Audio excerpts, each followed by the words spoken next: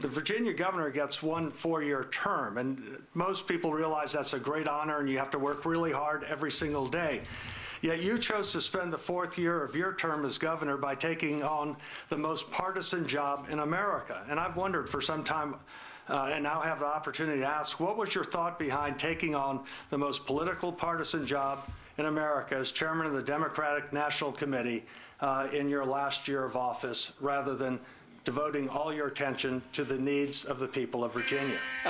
George, my job was not the most partisan job in America at the time, because you can look at the way I conducted myself and there were a whole lot of people who were a lot more partisan than me. The answer is to serve the president. The president who is our commander-in-chief, the president who has helped capture bin Laden and wipe out the al-Qaeda leadership. My last year as governor in some ways was my best year in terms of serving the people of Virginia. We were named the best state for business in America by both CNBC and Forbes.com in my last year.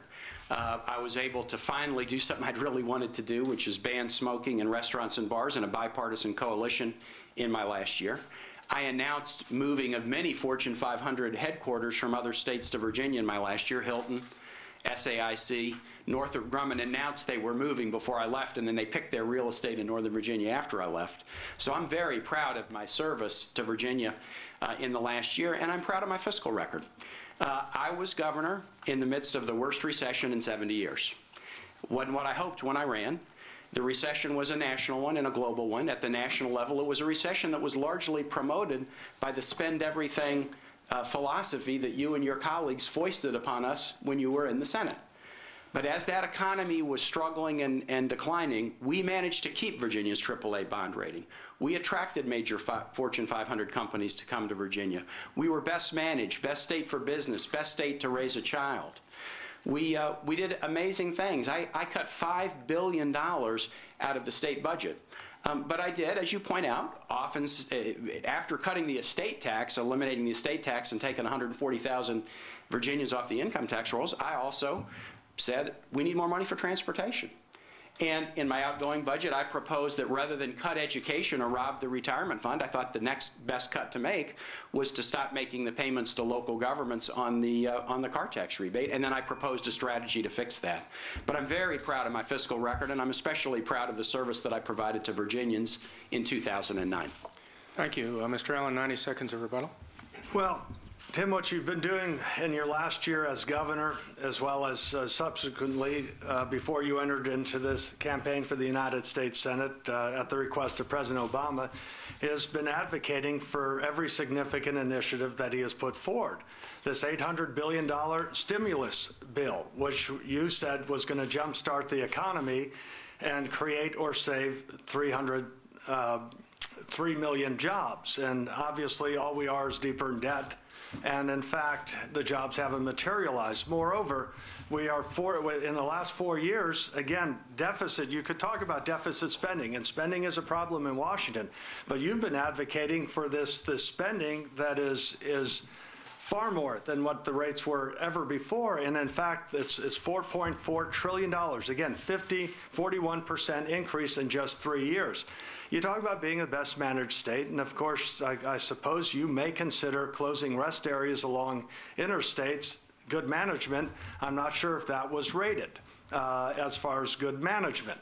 It may have also been that if you had been successful in raising taxes, Virginia would not be as attractive a state for people and businesses to locate or expand in.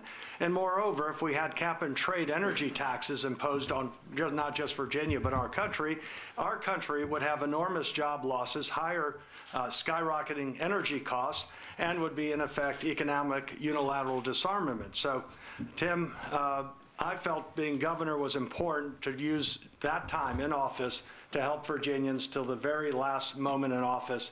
And at the end, you feel like a candle melted down to the end, focusing on the people of Virginia, not the national partisan role of advocating for the likes of not only President Obama's policies, but those of Nancy Pelosi. The likes of President Obama? Well, the policies and agenda of President Obama, Nancy Pelosi, and Harry Reid. Were you or were you not advocating for their agenda? And their agenda surely wasn't consistent with what's in the best interest of At the this point, people. there's in a Virginia. Wiping out Al-Qaeda, stopping the Iraq War, saving the auto industry, that not being consistent with Virginia's interest? I just see it a different way than you do, George. You might want to talk to some auto dealers who had to be shut down because people in Washington decided they're going to determine which family-owned car dealership should be open or closed.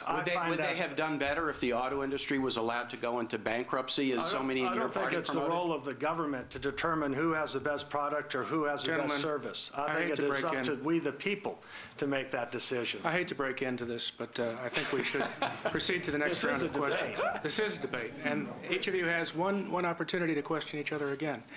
Now we have